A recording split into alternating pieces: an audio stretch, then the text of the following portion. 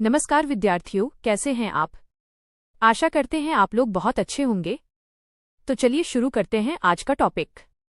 आज का टॉपिक है संघीय व्यवस्था क्या है। संघीय व्यवस्था क्या है? संघीय व्यवस्था वह शासन पद्धति है जिसमें सत्ता दो स्तरों में विभाजित रहती है। एक स्तर केंद्र का होता है और दूसरा स्तर राज्यों का होता है। इस व्यवस्था में दोनों स्तर संविधान के द्वारा निर्धारित अधिकारों के अनुसार कार्य करते हैं। यही कारण है कि संघीय प्रणाली को संतुलित शासन भी कहा जाता है, क्योंकि इसमें न केंद्र पूर्ण रूप से सर्वोच्च होता है और न ही राज्य। दोनों अपने अपने क्षेत्र में स्वतंत्र रूप से कार्य कर सकते हैं।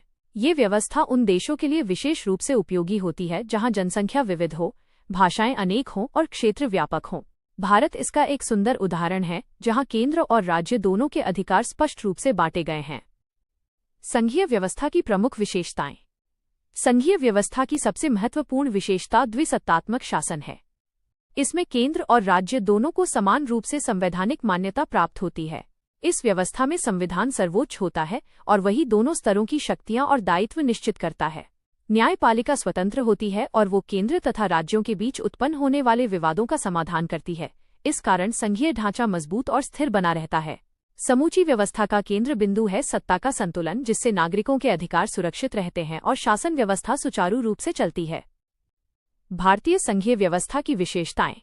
भारत की संघीय व्यवस्था विशेष प्रकार की है। इसे कई बार अर्धसंघात्मक व्यवस्था भी कहा जाता है, क्योंकि इसमें संघीय और एकात्मक दोनों प्रकार की विशेषताएं मौजूद हैं। भारत में केंद्र को कुछ क्षेत्रों में अधिक शक्तियां प्राप्त हैं, जैसे विदेश नीति, रक्षा और मुद्रा। वहीं राज्यों को शिक्षा, कृषि, स्वास्थ्य जैसे विषयों पर कार्य करने की स्वतंत्रता दी गई है। भारतीय संविधान में ये विभाजन संघ सूची, राज्य सूची और समवर्ती सूची के रूप में किया गया है।